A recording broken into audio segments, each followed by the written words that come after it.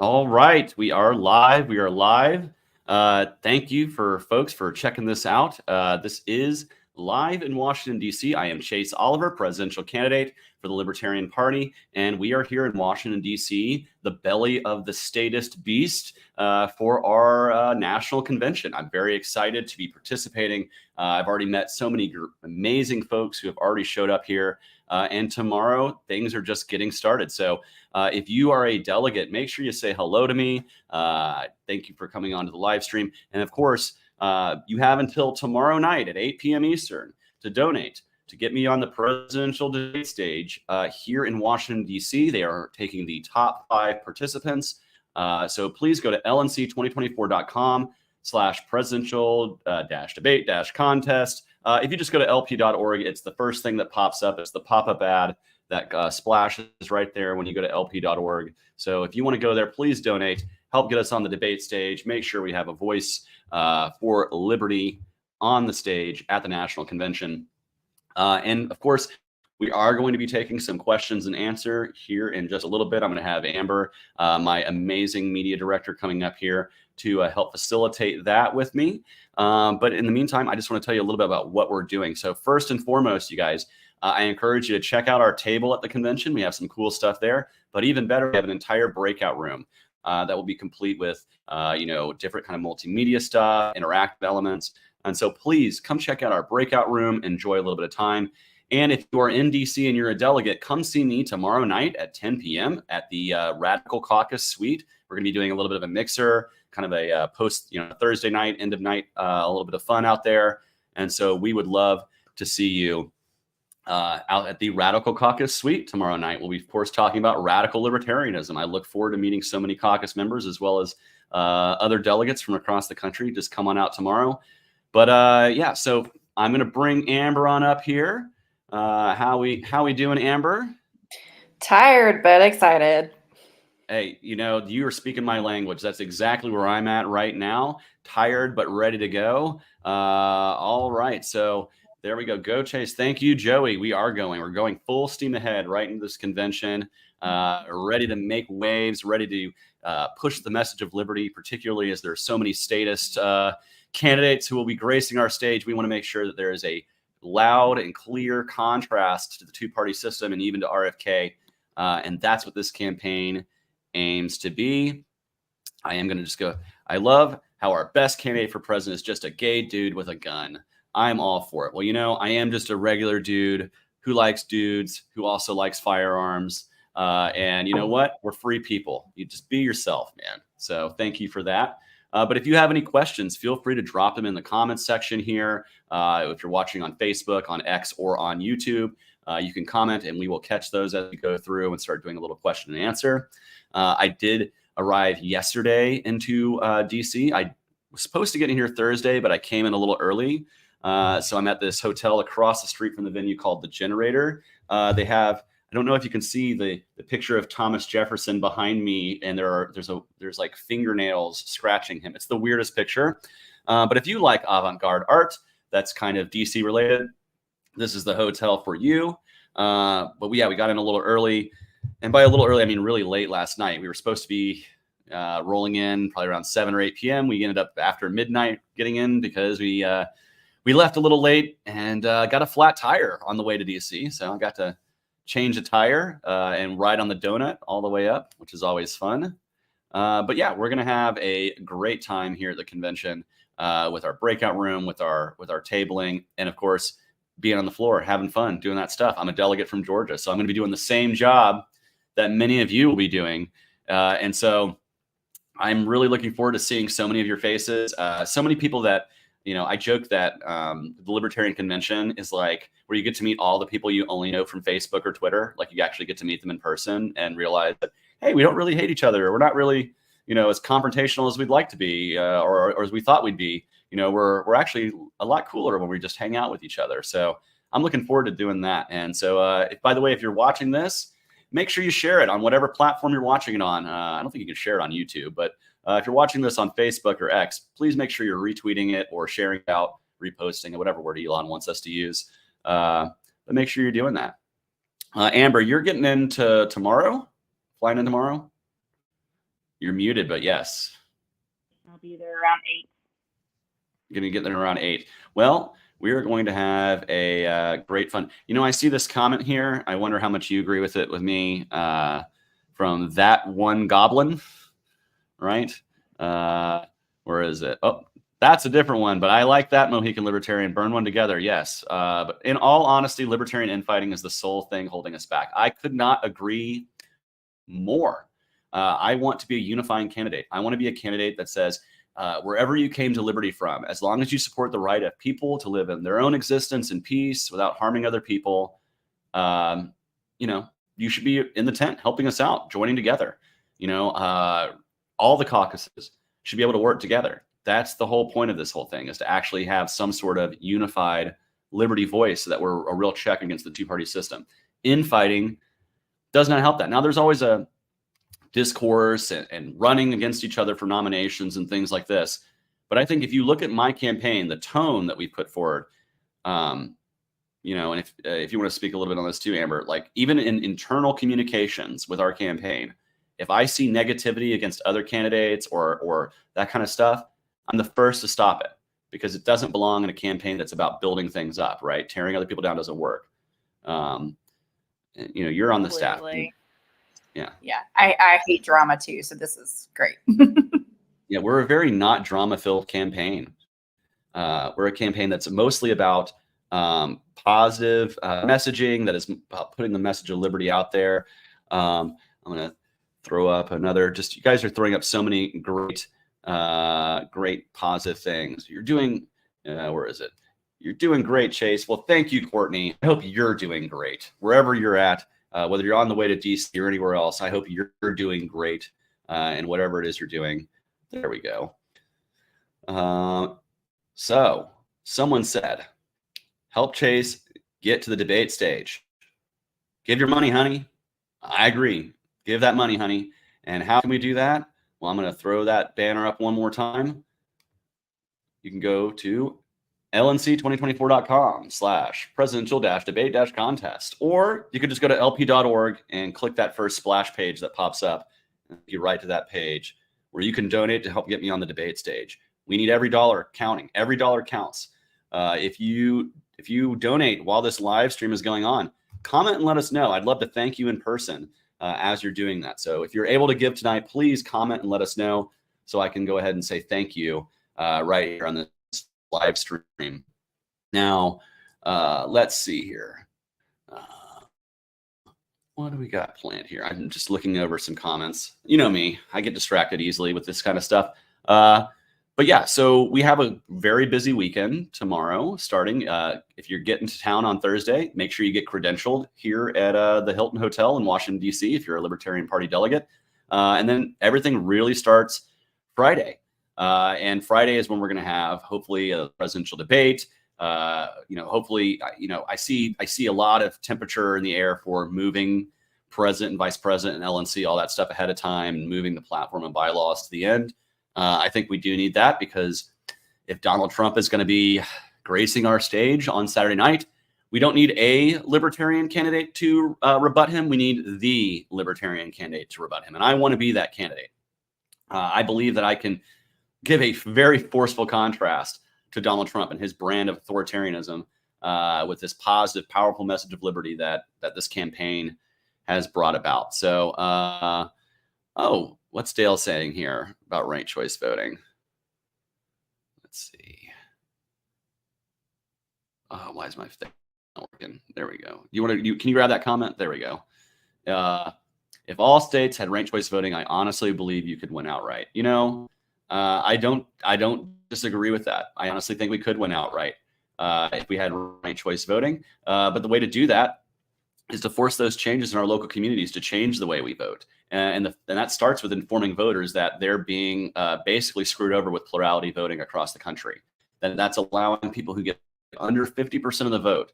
You have less than half of the support, but you're still getting elected to go represent 100% of the people. That's what plurality voting gives you. Ranked choice voting or approval voting are much better mechanisms to get better candidates. And so I fully support both of those and think, yeah, you're right. If we could tear down, the easiest way to tear down the duopoly would be to change the way we absolutely vote. So thank you for that comment.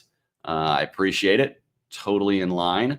Let's see. Do we want to throw up another comment up here?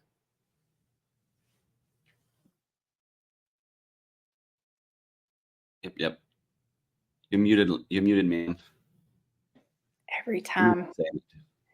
Let's see what else we got people saying here. Well, I got some questions. I yep, throw a question or comment up here. Let's see. One from Michelle McCutcheon. Lovely Michelle McCutcheon. She is our volunteer coordinator, you guys. If you want to see Michelle McCutcheon or Jenny Cadle, our amazing volunteer coordinator as well, go see one of them. We're looking for volunteers at our table or our breakout room. So if you're in DC and you want to help this campaign out, and you got a little extra time in your hands, please help us out by volunteering at our breakout room or at our volunteer table. We could always use more people to help spread the message. The more people who are there, the more people we can talk to. And we need your help to spread the message of this campaign. So please see Michelle or Jenny, or if we can point you in the right direction. If you find somebody wearing a Chase shirt, we can try to help you find the right people. Let's see. Joe's got a question. I'm going to pop this one up, I think. Let's see. Are you in favor of a motion use token system instead of pay to play? Give me 1 second to answer that.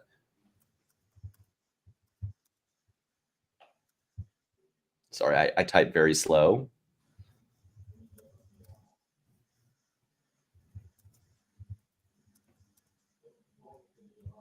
So the question being, are you in favor of using a motion to use token system instead of pay for play?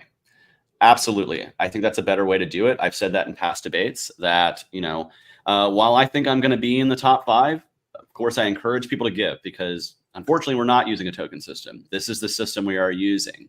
And so I do encourage people to give so that I can be on the stage. But do I think it would be better for us to use a token system? Yeah, probably. It would be more representative of what the delegates want as opposed to delegates who have money versus delegates who don't. We have an entire povertarian caucus of people who scrimp and say do everything they can just to get to convention to represent the party, and they don't have money to give to that kind of stuff.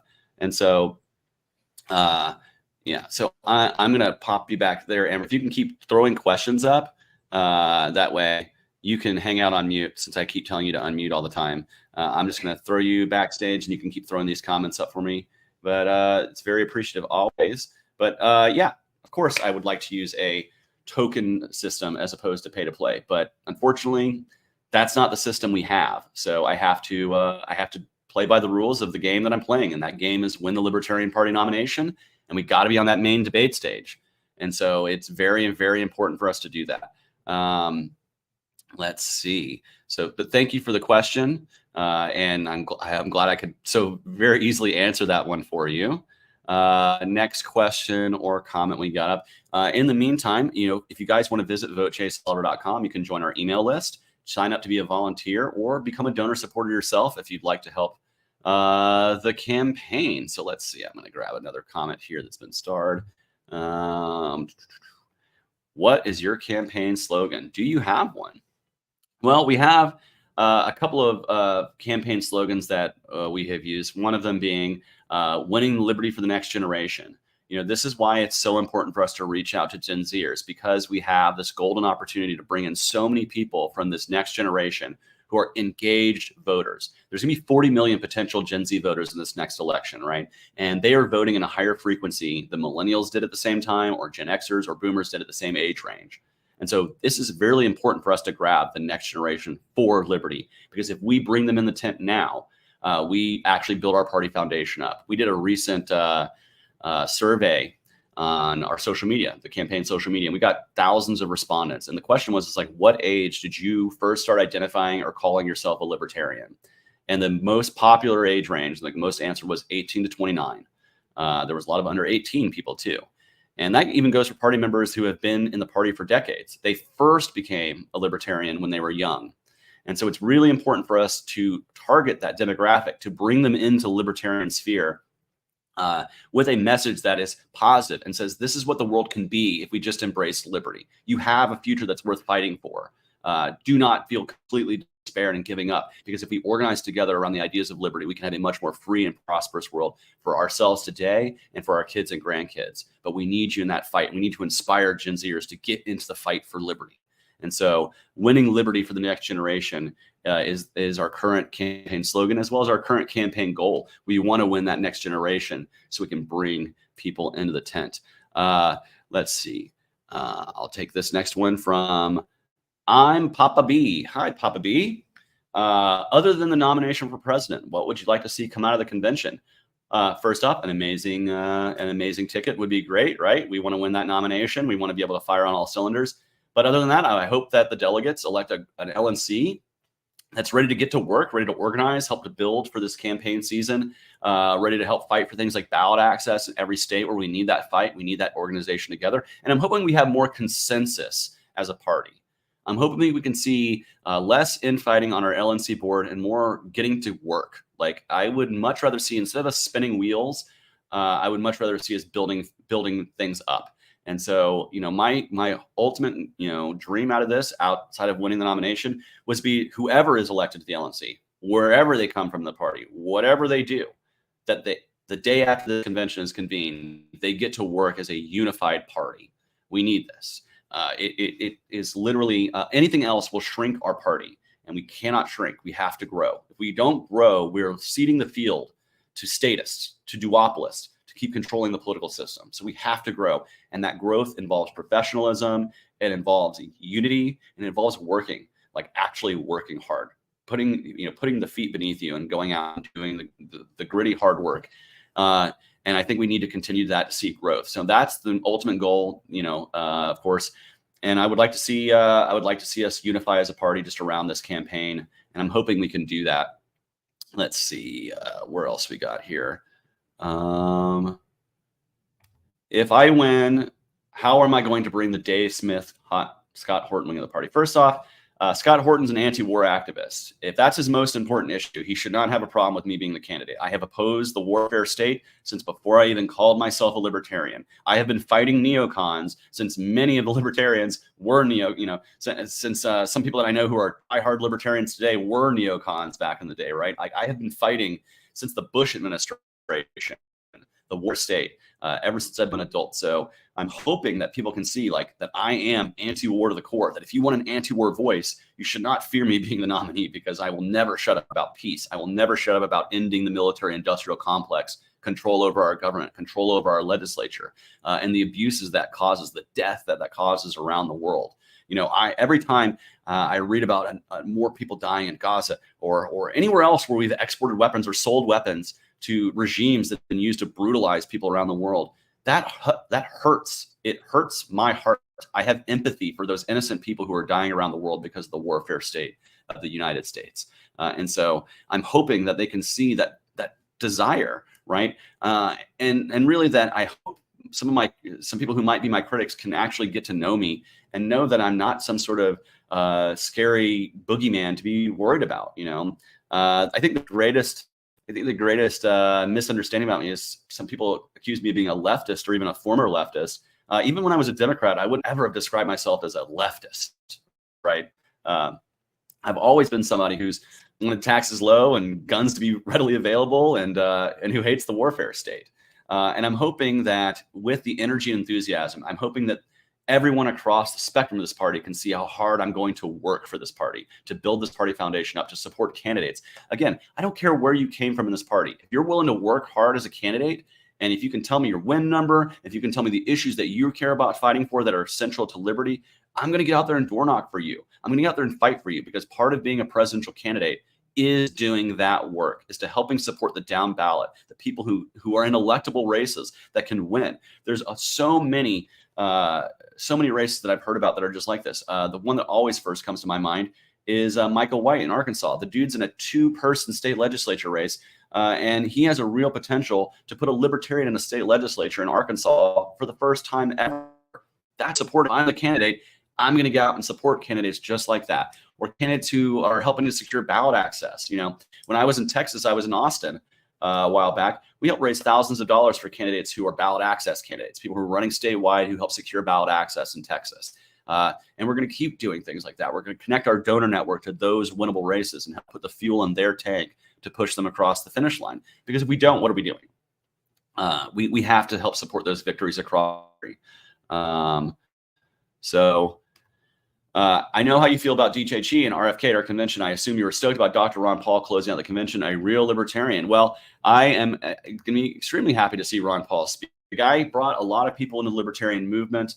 Again, another anti-war voice, and again, I'm happy to see a libertarian, small L or big L, actually speaking at our convention. You can actually argue that Ron Paul is libertarian. You can't really make that same argument for RFK Jr. or Donald Trump, at least not intelligently. And so I'll be happy to see him at convention. I hope he is in good spirits, and I'm hoping as the presidential nominee, he'll get up there and endorse libertarian for president. That would be really nice to see happen at our convention. It would really put gas in the tank for he is. I'm hoping that we can get that and see support from the stage for our candidate. But yeah, I look forward to seeing it. It's going to be a great event. And great meeting you today, that libertarian lady, by the way. I ran into you in the hallway. Oh, here we go. Can I, maybe pimp isn't the right word, but can I pimp the Twitter X Spaces for tomorrow? Yes, I'm going to be going live at 7 p.m. tomorrow Eastern on X, on a space, to encourage people to give at the last minute, because we know there's always that last minute push for these fundraisers. But go ahead and help me stay in the top 5 or even move up 4, 3, 2, 1. If you help me get up there, that becomes less of a dire need, but we're gonna have a lot of fun. Let's see. Daily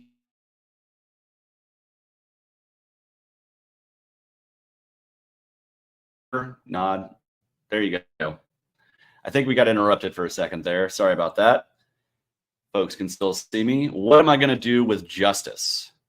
What am I going to do with justice? Reform it at every level that I possibly can. I've been a criminal justice reform advocate for a long time. I'm part of the Stop Cop City movement in my home city, Atlanta.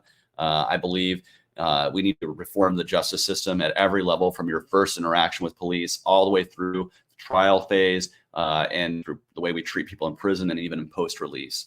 And so just a few examples. I believe in ending qualified immunity for law enforcement. I believe in requiring law enforcement to hold liability insurance policies. So when people sue the police department and they get a judgment, that judgment isn't levied against the other services that are being used by that community. It comes out of the insurance policy.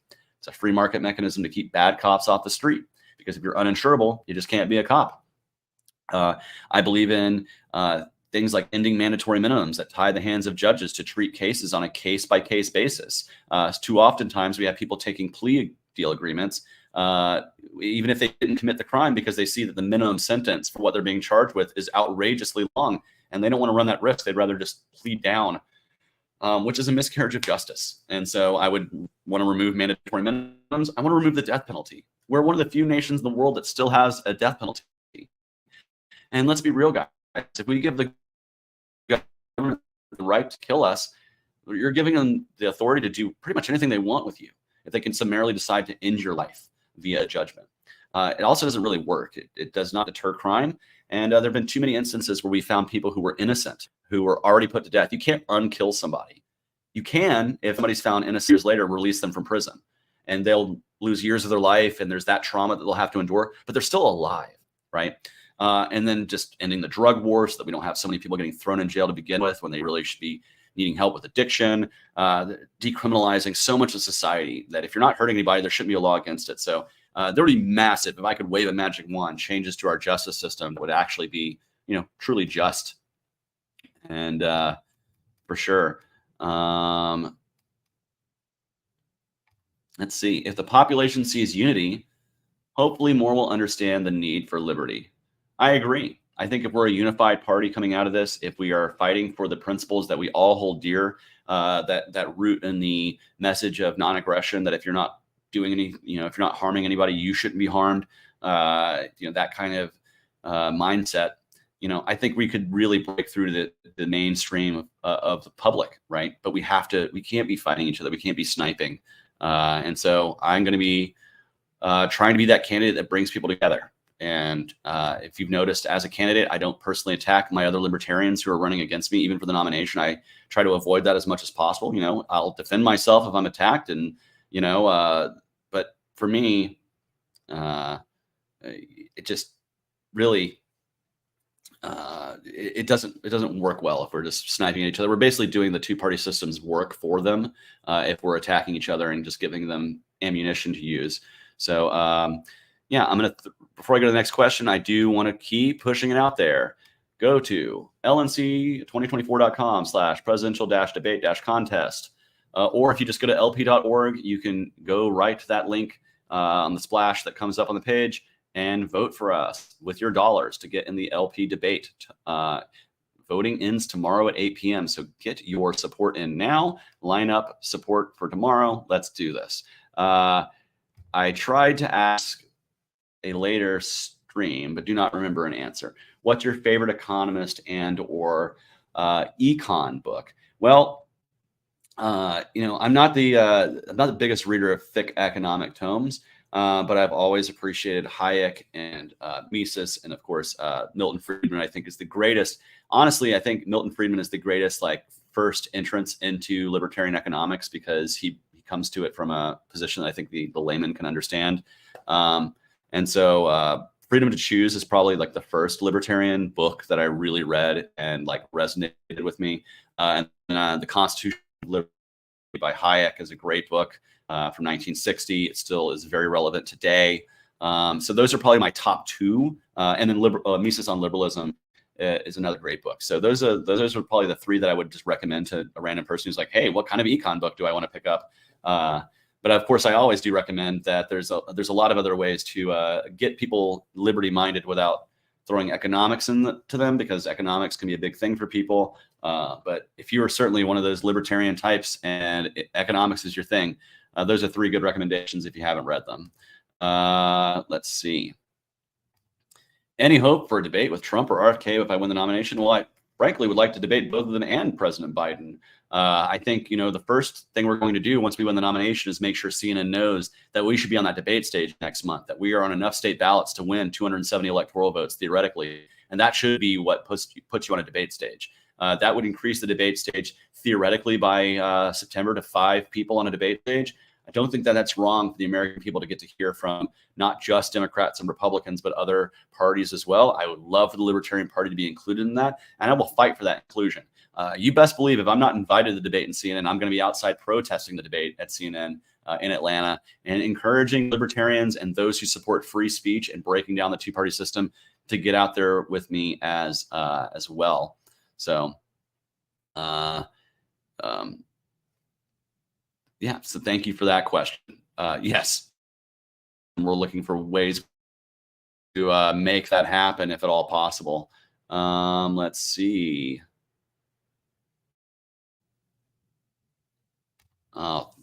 Matt Grossenbach, thank you for running an inspirational campaign by visiting all 50 states. Do you think there's a strategy to bring libertarians together, or will we always be plagued by this destructive infighting? Well, the first thing that I can do is try to lead by example as much as possible. If you look at me throughout this presidential campaign, as I said, I've tried to keep things focused outward on pushing our message outward, bringing people into the tent, as opposed to trying to contribute to this. Have I never participated in infighting? I can't make that claim. I don't think any libertarian really who's been in the party long enough can say they've never, ever engaged in infighting before. But I say, let he who's without sin cast the first stone there. But I'll be the first to admit, you know, it's not productive. It doesn't really help build things up. And I'd rather really kind of just go from there with a positive mindset. And hopefully, if I lead by example with a well-run presidential campaign that brings in some victories in terms of ballot access or major party status or helping to elect libertarians across the country, we can see that put into practice is really a recipe for success. And, you know, I've gotten to know the other candidates who are running, and they're all nice people. I've gotten to know them and their families. And really, I try to be somebody who's like, hey, man, I understand we're all in this crazy running for president thing together at this point. And I don't want to be a jerk to anybody. Frankly, it makes things awkward and weird when you have to be around them at conventions all the time and that kind of stuff. So, yeah, so that was a, you know, just kind of where my mindset is this infighting is just not productive, and I'm going to try to lead by example as a candidate to avoid it. It doesn't mean I don't have opinions. Doesn't mean we can't have discourse or debate. Just means we have to go about it in a better way than what we're doing now, because what we show the public, we're showing our ass to the public, and it's not really the best picture. Oh my goodness, let's take it up the whole frame. You're awesome. My name is Kevin Dredge, father of 2, soon to be grandpa. Well, congratulations. Volunteer radio producer. You love the interview I had. Build things up. Yes. Yeah, we continue collectively working together to build things up as a unified team, and would love for you to be a guest any Thursday from 12 noon to 1 p.m. You can come in. Awesome. Well, I'm going to tell you right now, Amber, who is my media director, and she was up here early. She's helping throw these questions out for me right now. If you email Amber at media@votechaseoliver.com, media@votechaseoliver.com, she can probably help facilitate a time between 12 and 1 p.m. at some point coming there. There we go. Thank you. Email Amber at media@votechaseoliver.com. That's exactly who you need to get in touch with. If you are a member of the press who is watching this and you think, how can I get in touch with Chase? I'd really love to talk to him. That's the way you do it. And we've been having an amazing media operation. This gives me an opportunity to shout out our team and how amazingly efficient we've been at working across the country to make sure we push press releases. We let the media know everywhere I'm going. And this has allowed us to get a lot more media than we would just get, just by traveling and not letting people know. And as my friend Chrissy Wicker says, the cost of a press release is free. It just requires people to work and do it. And we have that. Yes. How do we continue to be a welcoming, open door policy to the LGBTQ community and garner more of their support? Well, I think first and foremost, we have to recognize that they are a community that is just as valid as anybody else. I'm a member of that community. And the reason I became a libertarian was because the Libertarian Party of Georgia was at the Atlanta Pride Festival, reaching out to this community and saying things like, listen, if you're living your life in peace, you can love whoever you want to love. Your self-expression is yours. You own that. That's yours. That's sacred to you. And those are the kind of messaging, LGBTQ people, they like to express themselves. They like to have their own way of doing things. And being said, hey, if you're living in peace, that doesn't matter to me. And I think that's the kind of non-judgmental community that we can have. And frankly, there are people who are different from me. There are people who are more conservative than me. Hey, as long as they're living their life in peace and living their lives according to their values and not seeking to use the state aggression to push that on anybody, including the LGBTQ community, that's great. Welcome in the tent too. The whole point is that we're supposed to be celebrating the diversity that liberty brings us. The fact that the ability to live as your authentic self in peace, so long as you're not harming another person, allows for so many different kinds of people to live amongst each other in peace. And that's the kind of life I want to live. I don't want everybody to be just like me around me all the time. I would much rather have a cosmopolitan community of people who are coming from all different walks of life, because frankly, that's more interesting, in terms of everything, in terms of culture, in terms of faith, in terms of who you love, how you express yourself. Heck, the kind of food you eat. God, how boring would it be if we didn't have, all the different kinds of cultures and weaved into this patchwork quilt of a country that we have. It's what makes America exceptional, not some false sense of, oh, well, we're great, we're just great or whatever. No, what makes us great is the fact that there's a lot of different people who can come from lots of different walks of life, and yet they're American. And I like that. Here we go. Howdy, Chase. I just learned about you recently, and I'm grateful for your voice. I was just wondering what's your view on the war in Gaza and would I support Dr. Edward Said's one-state solution? Thank you for the question. First and foremost, I'm an anti-war voter, 110%. So I don't support us giving arms to Israel, supporting the war machine there. It is, and I have to preface this with, of course, you have to preface with saying October 7th was horrible. What Hamas did was horrible. Killing 1,400 Israelis is unconscionable, disgusting violence. But the response we have seen from Israel and the way they've engaged their response to Hamas has also been terrible. Tens of thousands of innocent people have died because of the way they are conducting this war. It doesn't mean that Israel doesn't have a right to defend itself. It means that the way they are engaging in this is not necessarily defense. This is an offensive war in a way that is pushing people to the brink of death and starvation and misery. And there's just, look at Gaza. No one would want to live in those conditions. And we have to put ourselves in the shoes of these people and how they're living. As far as a one-state solution, as president, if I were president, I would encourage the two sides to come to the table and negotiate. but I would not try to push one way or the other. They have to figure that out for themselves. Anything else is the United States putting their thumb on the scale. If there's a way to make a one-state solution workable that both sides can agree upon, yes. But if there's a need for two states to facilitate peace, well, and that's the path that we have to take, then take it. Whatever creates peace and stops death and hatred and creates some sort of coexistence, whether that be in one state or two, is the goal. But the United States can't force that on anybody. All we do is stop the war machine, urging the two sides to and encouraging a ceasefire and an end to the violence and a release of the hostages. That's what we need. That is the first step towards creating peace, is a ceasefire and releasing of hostages. If those can happen, that is the first steps taken towards some sort of peace that we desperately need. But thank you for the question.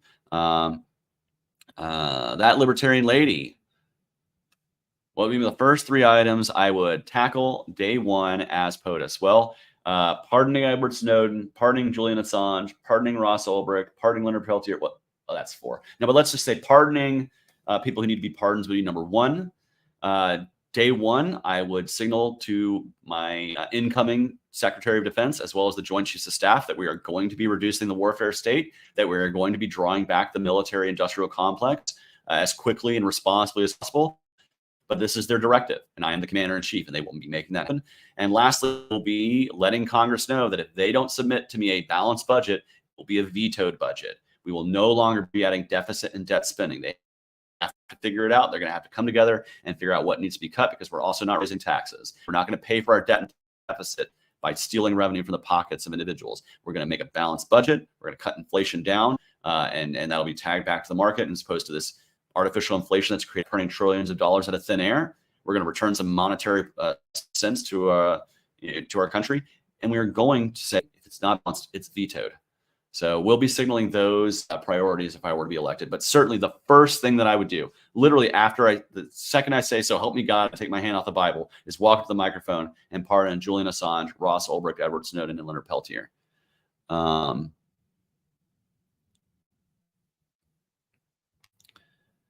Libertarianism now. I have never heard another candidate talk about everything I'm passionate about political. When I saw you at the Missouri Libertarian Party, it reminded me why I'm a libertarian. Well, thank you very much for that. It's a compliment. That is, if I can help inspire anybody to fight for freedom, that is a win in my book. And I'm glad that my comments in Missouri resonated. I was really happy to be in Missouri that weekend. I ended up hitting 3 conventions in 3 days during that whirlwind weekend. But Missouri, I actually got to do their 2023 2024 convention. And I got my favorite shirt, I believe, it was at the Missouri convention, if I'm not mistaken. So glad to see some Missouri libertarians, and I hope to see them on the floor tomorrow, and hope to earn their vote at convention. Let's see. Joe, should liberals or conservatives use government to force their views on everyone else? Short answer, no. Longer answer, hell no. Even longer answer, hell no. Are you crazy? No, we should not be forcing our views on other people. You can live as liberally or as conservatively as you like. Just don't use the force of government to push that on me or anybody else. And we'll get along, man. Like that's the name of the game, is let people live themselves as they see fit. We are a bouquet of beautiful, unique flowers, and you, Chase, represent this diversity so well. Well, so do you, Douglas Jones, and everyone else out there. We all represent the diversity that this country brings in terms of, the way we live our lives, the way we think, the values that we hold, the faith that we hold. All these things allow for that beautiful bouquet of unique flowers. Gee, that was a tongue twister. But thank you. That's my sentiments exactly. Oh, another one from that libertarian lady. I bet Walker and Warnock remember your name when you were voted when you win the LP nomination. I bet they're going to remember that. I anticipate, if I win that nomination, I wonder if Donald Trump's going to be like Herschel Walker and be refusing to debate and just be an empty podium, an empty suit. So who knows? But yeah, Walker and Warnock certainly remember my name, and they will once we force liberty all over the ballot in all 50 states. We're going to make sure everybody remembers the name Libertarian in this election. We're going to bring in so many new members. We're going to bring in so much new energy in this party as we reach out to Gen Z and bring the next generation in and help grow ourselves into liberty. I am so excited to be participating in this process. I hope you are excited to participate in this process. those of you who are delegates, I cannot wait to see you on the floor. I cannot wait to vote in some amazing, and get some amazing members of the LNC and have a unified party convention. 2022 was a very contentious convention. I think anybody on any side can admit that there was a lot of infighting and just going at each other. And it just didn't make for a really fun time for a lot of people. It made for a very angry time for a lot of people. Even if you were on the winning side of votes, it made for a pretty crazy time. And so, and then in 2020, it was the COVID convention. So like 2/3 of the people were not there. They were online. And so it just didn't really feel unified because so many people were not in the room. I'm looking forward to going into a room tomorrow that's less contentious, that's more ready than ever to build and be that kind of force that can, grow our party. That being said, let's see. Lori Schillings, I'm looking forward to being a part of that unification. Me too. Me too. And I hope if you're serious about this party, you're excited for it too, whether I'm the nominee or not, right? I hope you're excited to try to unify this party. And I know I can be the candidate to do that. And I'm looking forward to working with so many people across the spectrum to get the votes going and to being pushing this out there. Who is my favorite previous LP presidential candidate? Thank you for the question, Pat. 1 second, I'll show you. I have his book right here. Harry Brown, Why Government Doesn't Work. Harry Brown is probably the best messenger we've had, looking back at our party, of somebody who was a principled libertarian who helped grow membership. I have great respect for his work. But really, I've been excited to vote for our candidates ever since I've been voting libertarian. I was really pleased that, Gary Johnson and Jim Gray were my first libertarian vote. My last libertarian presidential vote was, of course, Joe Jorgensen and Spike Cohen. And every person who's ever been inspired to run, honestly, I have a newfound respect having run for this office and knowing the dedication and the time commitment and the sacrifices you have to make to do it. Everybody who's ever done it, I have much more respect for than I did, because now I've lived it and I understand it. But really, if I was to say my favorites, probably Harry Brown, and reading stuff about Ed Clark. He was also an awesome guy. So I'm trying to do my libertarian history and learn more about those who came before my time. But yeah, so I would say probably the Brown campaigns were probably the ones most in kind of that inspired me looking back now, in terms of really awesome candidates that we've had. And of course, Ron Paul in '88, man. If you watch him on Morton Downey Jr., go back and watch that clip. It's badass. Let's see. What do I think of focusing on Maine and Nebraska electoral votes being low-hanging fruit? I think, Maine, I don't think, I understand that this is the strategy of one of my opponents, that they think we're going to win an electoral vote there. I would like to see the energy to get that, but really we have to focus on all 50 states. It can't be a singular mindset to focus on just 2 states when there's 48 others that we do have to fight for. And really we have to look at, when I'm looking at what states I'm going to go for, if there's a potential to win that electoral vote, we're absolutely going to do that. And we're going to be investing both in Maine and Nebraska, but along with everywhere else. But the truth is that we have to be finding states that need that ballot access, that need that candidate there to earn major party status. That's where we're going to be pushing. And, unlike the Democrats and Republicans, I'm a 50-state candidate. I've traveled to all 50 states. I've campaigned in all 50 states. And unlike Biden and Trump, who are focusing on a handful, 5 or 6 swing states, that's all they're really going to care about. That's where they're going to put all their time and their money. We can now, as a libertarian party, invest in reaching out to these other states as well that are not being paid attention to by the Democrats and Republicans, and find fertile ground for growth. And Maine and Nebraska are 2 such states because they're not viewed as swing states. They're and in particular with the ranked choice voting, you could absolutely work for that. But I think the better value is finding the states that require us to be there for ballot access, for building the party up, and that aren't necessarily where the Democrats and Republicans are going to be. But we're going to be very busy as a campaign everywhere else. Damien says, so Chase, what happens now? Are you going to be the nominee? Well, I sure as hell hope so, but that requires the majority of the delegate votes to be happening at our convention this weekend. If you are a delegate, please reach out to me if you have any questions. I'd love to speak with you, hear your concerns, or earn your support, earn your vote.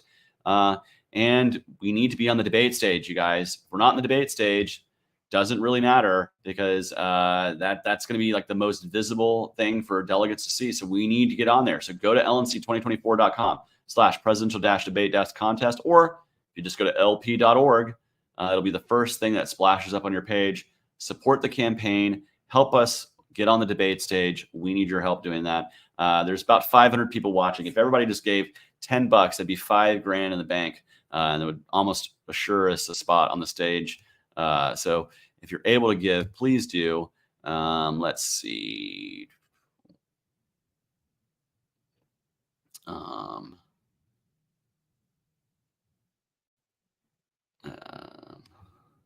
Sorry about that.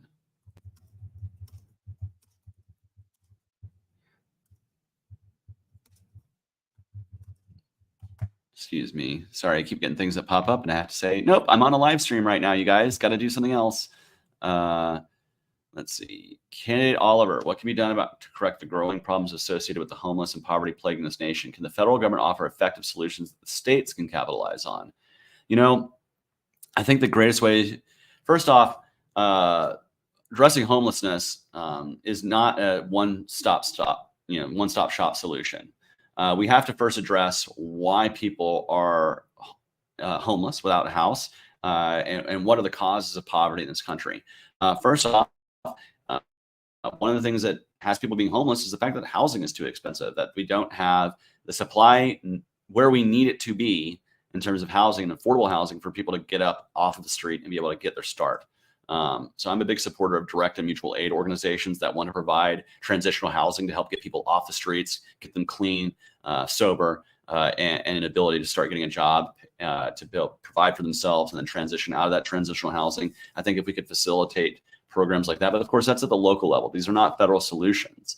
But the biggest thing we can do from the federal point of view is stop creating the amount of poverty that's done through the prison to poverty pipeline. And this involves ending the war on drugs and ending the war on victimless crimes, where we are throwing people in jail for no fault other than what they consume, put in their body. And many times these people don't need to be thrown in jail, especially if they're addicts. They need to be getting help for what they need so they can live, survive, and thrive in their communities. And instead they're being thrown in jail. And this facilitates the poverty pipeline where, you get thrown in jail, you get traumatized, you come back out, you're stuck back in the throes of addiction. That perpetuates the poverty cycle. You get arrested again, you get thrown back in jail. You don't have the means to fight back. And so we have to look at the root causes of what causes poverty. So much of it is this lack of accessible housing, lack of jobs and affordability in the market, in the economy, being able to find that work.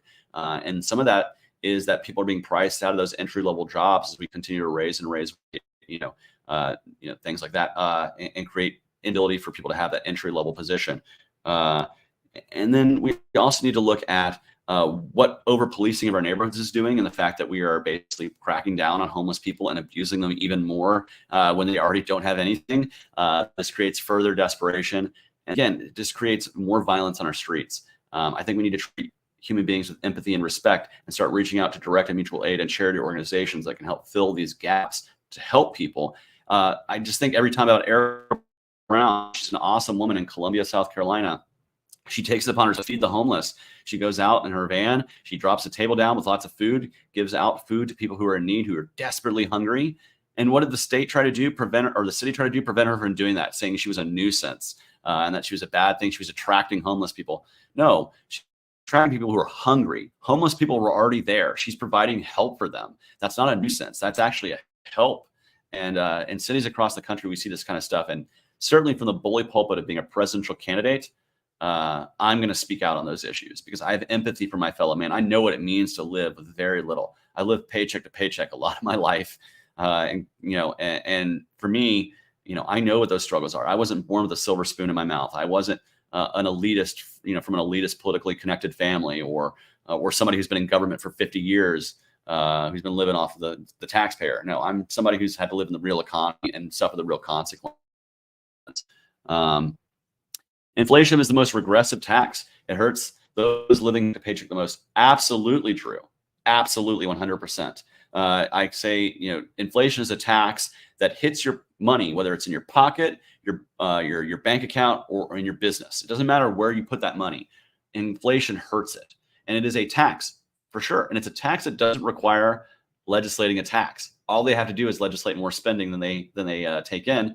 And then lo and behold, they print trillions out of thin air and you've just been taxed. The inflation is the tax you are paying for our government to spend more than it takes in every single year, to the tune of over $34 trillion in debt. We just passed where we're now spending more on the interest to our debt, just in the interest rate to our debt, than we are for the entire Defense Department, which is the largest and most bloated and gigantic Defense Department the world has ever seen. We have tons of area to cut in terms of that department, but still, just paying down our interest on the debt is more than that. That should be an alarm bell for people to know that we got to get our fiscal house in order. Is it possible to not on the debate stage but still get the delegates nomination? Yes, it is possible. Is it as likely? No, it is not as likely, because the delegates were going to remember who they saw on the stage the night before. They want to hear directly from us on a debate stage. And so while, yes, it's technically possible, it's a lot harder to do. And I would like to not have to test that. If at all possible, I would not like to have to test that theory. But yes, we could.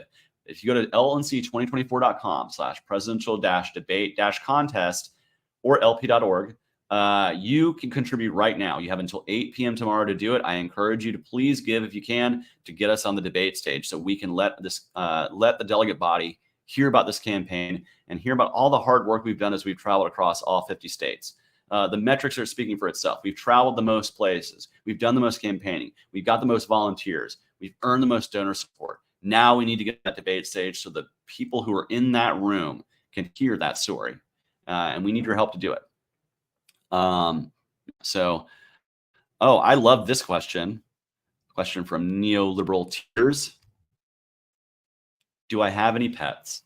Yes, I do. I have a dog, Delilah, who I love and adore. She is a mutt. She's 14 years old, though she still tries to act like a puppy, even though she moves around a little slower than she used to. But she's so sweet. That's my dog. And then I have 2 cats. I have Arthur, who is my giant black cat. He's about 22 pounds. He has big old fangs, like a saber-toothed panther. He is my cat. I've had him since he was 6 weeks. I am the human he is imprinted upon. And then I have my other cat, Dracaris, who he's an older cat as well. He is a tuxedo cat. He was my ex-boyfriend's cat. And when he left, the cat stayed. I really won out there because he's such a sweetheart little kitty. But he's a tuxedo cat with no teeth, so he is very old. But he's also the biggest snuggle bug you'll ever see. Like if you ever come to my house and you sit down, he's immediately in your lap asking for pets. And then my friend also has a cat too, Sunny, who is all over me all the time, but he's a little sweetheart as well. But yeah, I love my cats, man. I love my dog. I love my pets. And from time to time, you'll see me on Twitter encouraging you to share pictures of your pets, because I love to see all of your pets as well. It makes me happy on the road to see dogs and cats and lizards and birds and fish and everything else people have. That's been great. So Anthony Cristo. Oh, on pop up. Why is it not? Okay, give me 1 second. Amber, can you pop that question up? It's not working for me.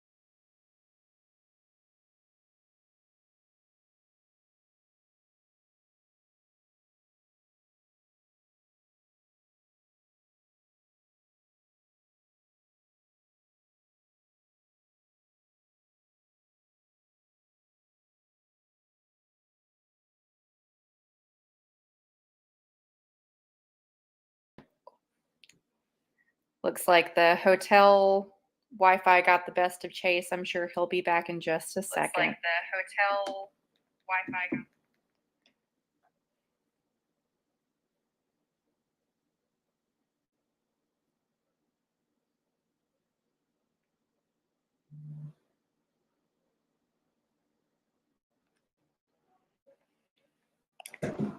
He should be back in just a second. His internet dropped.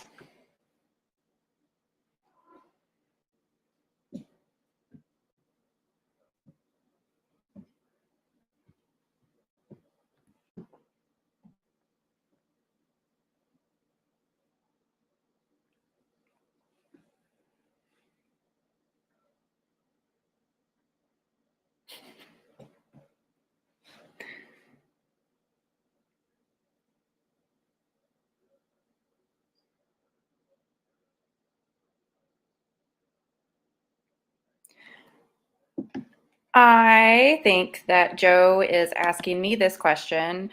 Why do I think Chase is the best LP candidate? I worked with Chase on the Senate campaign. He is very charismatic, very principled. We agree on pretty much every platform there is. And he's just very positive. That's not something we get a lot from everyone else. And I'm back. Can you guys hear me? Yay. Sorry, the Wi-Fi of the hotel just decided to cut me out. I think a lot of libertarians are all probably using Wi-Fi at the same time right now. And so either that or it was a statist plot. I'm blaming Washington, D.C. It's the parties in power don't want us to be transmitting outward. Now, where were we at? I was just telling people why you're the best. Killing time. Well, thank you. Well, we are getting towards the end of the hour, you guys. So while we're here at the end, I did just want to go ahead and I think we'll kind of end it here since the Wi-Fi likely we don't know how much longer we're going to have it here at the hotel. But thank you guys so much for coming to this live stream. It's really important for you to be able to support the campaign. And right now, once again, doing the job of a political candidate and asking for you for money. But asking you to donate to this debate fundraiser so I can be on the debate stage tomorrow. You have until 8 p.m. tomorrow. If you want me to stop talking about it, give us money so we don't have to keep talking about it, because otherwise I'm going to be pushing that until I run out of breath tomorrow night. But we need to be on that debate stage. But, Amber, thank you so much for being an awesome media coordinator. This is the part where, you talk about how great I am. Let me talk about how great my team is, you guys. And Amber's part of that team. She is somebody who has helped keep me on track with speaking to the media and speaking outward in a way that, I would never be able to do this by myself. And she was right in my corner when I ran for Senate. I knew as soon as I was running for president, she is somebody that I wanted on my team. And we have so many people on our team that are just fantastic people to work with that have helped me so much in this process that, that I've never, I never would be able to do something like this without a team like them. And so Amber's part of that team. Shout out to Kelsey Lyon, who's our comms director. She does amazing work. Steve Dosbach has been our campaign manager. Tarnell Brown is our policy director. Our volunteer director, Michelle McCutcheon, as well as our field. Basically, I haven't created a field director, field coordinator, whatever title we're going to give you, Jenny. Jenny, who's been doing amazing work, and then all the volunteers on our communications team, on our field team, everybody. You have done amazing, amazing work. And I hope as we roll into convention tomorrow and get things started and really get this process going, that each and every one of you can feel like we have worked so hard for something that is very worthwhile. Let's win this thing, right, Amber? Let's win it. We're ready. Yes, we are. We are ready to go on day one. Ready to go on day one. I see. I'm just going to say, Stacy, you gave. You don't need a shout, but you're going to get one anyways. Thank you for giving. Yay, Amber. I agree. I get paid later tonight. Hey, I know where you can give some money to. Also, your profile picture of that dog is adorable. Little wrinkly baby. I love it. And then Pat Barnum just commented blank. I love you, Pat. I'm just going to pretend like that says Chase is the most amazing guy ever. No, great to see you, Pat. Fantastic. And to all of you who are watching, I look forward, if you're in DC, say hello to me, shake my hand. I'd love to see you in person. I hope you're excited as I am for this convention and to get rolling on day one to challenge the two-party system. But I'm going to get me some sleep in a little bit, and get ready to go first thing tomorrow morning. So peace, love, and liberty to you, Amber. I'm going to let you get off here. Say goodbye. Bye-bye. And I'm going to say goodbye to the rest of you out there who are watching this. Thank you so much for joining us today. And I hope you can join us throughout the rest of this process as we take it to the two-party system, as we take it to the duopolists and the statists out there and push a powerful, positive message of liberty for the next generation to bring peace and prosperity to our country in a way that we've never seen before. But until then, peace, love, and liberty to you all. Goodbye.